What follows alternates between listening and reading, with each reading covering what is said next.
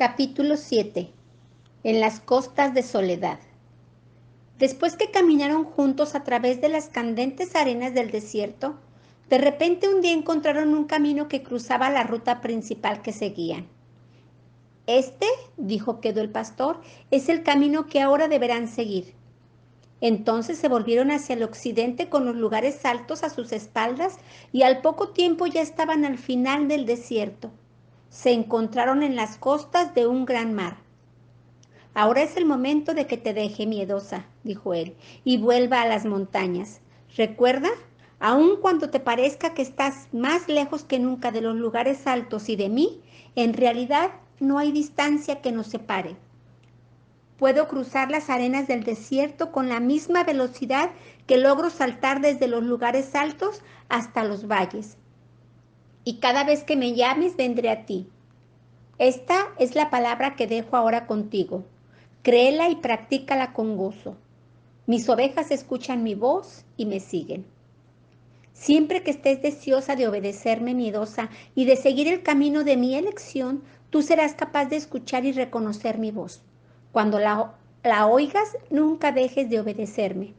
Recuerda también que siempre es seguro obedecer mi voz, incluso si te parece que te llamo a andar por sendas que parezcan imposibles o hasta descabelladas. Al decir esto, la bendijo y se apartó de ellas, saltando y brincando por el desierto hacia los lugares altos, los cuales ahora quedaban a sus espaldas. Miedosa y sus dos compañeras caminaron a lo largo de las costas del gran mar por muchos días, y lo primero que le vino a la mente era que hasta ese momento nunca había conocido en realidad lo que era la soledad. El valle verde donde ella y todos sus amigos vivieron parecía muy lejano detrás de ella. Incluso las montañas estaban fuera de su vista, y al parecer no había nada más en el inmenso mundo que el desierto de arena sin fin, a un lado, y el enorme mar que gemía con tristeza al otro lado. Allí no crecía nada, ni árboles ni arbustos, ni siquiera hierba, pero las costas se esparcían con trozos de madera flotantes y con grandes masas enmarañadas y marchitas de algas color marrón. Nada vivía en toda la región, salvo las gaviotas que daban vueltas y graznaban sobre los cangrejos que corrían por la arena en dirección a sus madrigueras. También, a intervalos, un viento helado venía aullando a través de las olas, tan cortante como un cuchillo. En esos días Miedosa nunca dejó de asirse de las manos de sus compañeras, y era sorprendente con qué eficacia la ayudaban en el recorrido. Lo más extraño quizá era la forma en que caminaba Miedosa, veloz y más derecha que nunca antes, apenas cojeando, pues algo pasó en el desierto que dejó una marca sobre ella por el resto de su vida. Era una marca interior y secreta, y nadie hubiera notado la diferencia en el exterior, pero a pesar de todo, un profundo cambio se llevó a cabo en su interior, lo cual indicaba una nueva etapa en su vida. Estuvo abajo en Egipto y observó las piedras pulidoras, la rueda y el horno, y sabía que esto simbolizaba una experiencia que ella misma debía pasar. De algún modo, por lo increíble que fue, Miedosa fue capaz de aceptar el conocimiento y responder de forma afirmativa a esto. Dentro de sí sabía, con esa aceptación se abría un abismo entre ella y su vida pasada, un abismo que nunca más se cerraría. Era capaz de mirar atrás a través del verde valle entre las montañas y verse allí con los trabajadores del pastor, alimentando al pequeño rebaño, temiendo delante de sus parientes y yendo al estanque en la mañana y en la noche para la cita con el pastor. Sin embargo, era como mirar a otra persona y se dijo, yo era esa mujer, pero ahora no soy esa mujer. No entendía cómo sucedió, pero sucedió en ella lo que le dijo el pastor, pues los que descienden al horno de Egipto y encuentran la flor de la aceptación, vuelven cambiados y con la estampa de la realeza sobre sí. Es verdad que Miedosa no se sentía de ninguna manera de la realeza y sin duda, tampoco tenía esa apariencia. Sin embargo, Le imprimieron con la marca y nunca más volvería a ser la misma. Por lo tanto, a pesar de que día tras día andaba con pena y congoja por la costa del gran mar de la soledad, no lo hizo quejándose ni lamentándose. En realidad, poco a poco, estaba sucediendo una cosa que parecía imposible. Una nueva clase de gozo surgía de su corazón y comenzó a notar la belleza en ese paisaje, a lo que hasta entonces estuvo bastante inconsciente. A menudo su corazón se estremecía con un éxtasis interior cuando veía destellos del brillante sol en las alas de las revoltosas gaviotas, haciéndolas brillar con una blancura como la nieve de los picos de los tan lejanos lugares altos. Aún sus graznidos melancólicos y los lamentos de las olas del agua despertaron en ella una pena que era extrañamente bella. Sentía que de un modo u otro, en algún lugar muy lejano, habría un significado para toda esta pena y una respuesta tan justa y maravillosa que le haría comprenderlo todo. También con frecuencia se reía alto mientras observaba las volteretas de los divertidos y escurridizos cangrejitos. Cuando el sol brillaba con intensidad, como sucedía algunas veces, aún el mar gris y lúgubre se transformaba en algo de gran belleza con la luz centelleante de las curvas verdes, de los rompientes, de la espuma y el horizonte azul como el cielo de medianoche. Cuando el sol brillaba sobre las vastas extensiones de agua, parecía como si el gozo se hubiera tragado todas sus penas, y entonces suspiraba. Cuando él me haya probado, saldré como el oro. Por la noche durará el lloro, pero a la mañana vendrá la alegría. Un día llegaron a un lugar de la costa donde había altos acantilados y rocas esparcidas por todas partes. En este lugar descansaron por un tiempo. Mientras estaban allí, Miedosa vagó sola por los alrededores. Después de escalar un risco, divisó una pequeña y solitaria ensenada que los acantilados cerraban del todo por 3 lados y que no tenía nada dentro, sino montones de maderas flotantes y algas marinas varadas. La primera impresión que le dio fue su vacuidad. Parecía yacer allí como un corazón vacío, acechando y anhelando la marea lejana que se había retirado a tal distancia que era imposible que volviera. Sin embargo, cuando atraída por el impulso de volver a visitar la solitaria ensenada, Miedosa regresó al mismo lugar de horas antes. Todo había cambiado. Las olas ahora se precipitaban hacia adelante con la fuerza de la marea alta que las apremiaban a continuar. Mirando sobre el borde del acantilado, vio que la ensenada que antes estuvo tan vacía, ahora estaba llena hasta el borde. Grandes olas que bramaban y reían juntas se derramaban por la estrecha entrada. Saltaban contra los costados, ocupando de forma incontenible el lugar de cada nicho y grieta rocosa. Al ver esta transformación, Miedosa se arrodilló en el borde del acantilado y construyó su tercer altar. «Oh, mi Señor», exclamó, «te doy gracias por guiarme hasta aquí. Heme aquí, soy yo, vacía como esta pequeña ensenada, pero esperando tu tiempo para que me llenes hasta el borde con la marea creciente del amor». Entonces recogió una pieza de cuarzo y cristal que yacía en el rocoso acantilado y la dejó caer junto a las otras piedras de recordación en la bolsita que llevaba. Poco tiempo después de la construcción de ese nuevo altar, todos sus enemigos estaban de nuevo sobre ella, lejos en el valle de la humillación. Sus parientes estuvieron esperando el regreso de Orgullo con su víctima, pero como el tiempo pasaba y él no volvía ni reaparecía, Miedosa, era obvio que no había tenido éxito con su gran orgullo, que era incapaz de admitirlo. Decidieron mandar refuerzos lo más pronto posible antes de que Miedosa llegara a los lugares altos y estuviera para siempre lejos de su alcance. Enviaron espías que encontraron a Orgullo y trajeron noticias de que Miedosa no estaba en ningún lugar de las montañas, sino allá, lejos en las costas del mar de la soledad.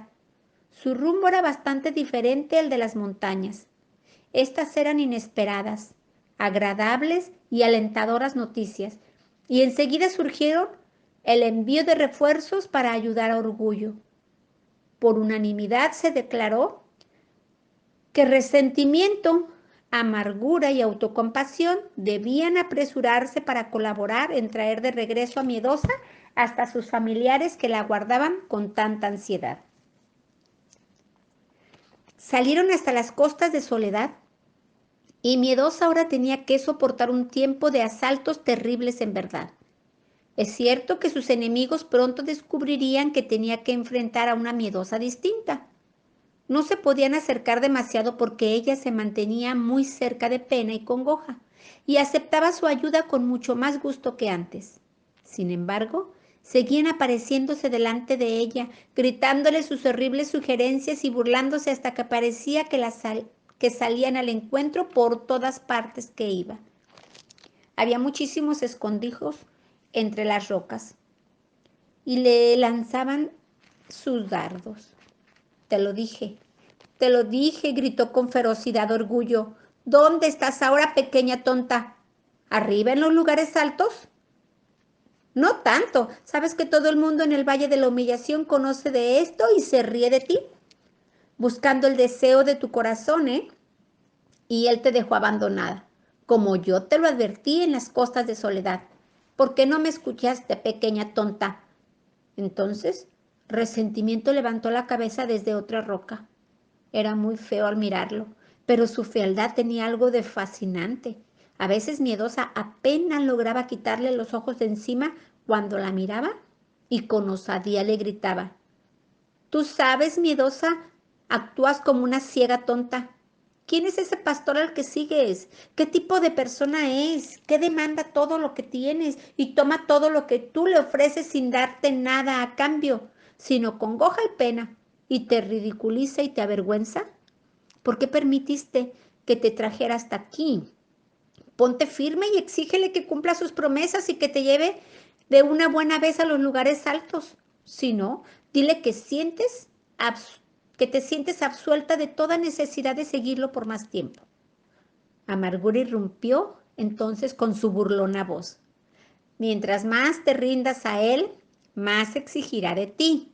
Él es cruel contigo y se aprovecha de tu devoción. Todo lo que te ha pedido hasta ahora no es nada comparado con lo que te exigirá si tú persistes en seguirle. Sí, él te deja con sus seguidores, incluso mujeres y niños. Vayan a los campos de concentración y a las cámaras de tortura y espantosas muertes de todas clases. ¿Soportarías eso, pequeña llorona? Entonces retírate a tiempo y déjalo antes de que te exija el mayor sacrificio de todos. Tarde o temprano, te pondrá en una cruz de algún tipo y te abandonará allí. Autocompasión replicó a continuación, y hasta cierto punto fue casi más terrible que los otros dos.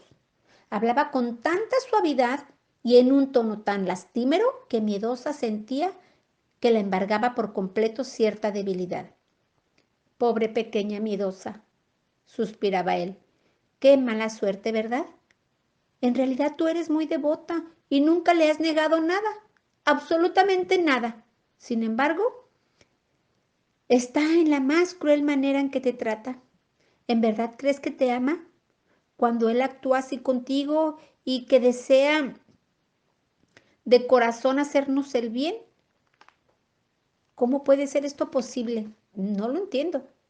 Tienes todo el derecho de sentir pena por ti, aun si estás perfectamente dispuesta a sufrir por su bien. Otras personas al menos deben saberlo y tener compasión de ti en lugar de malentenderte y ridiculizarte como lo hacen.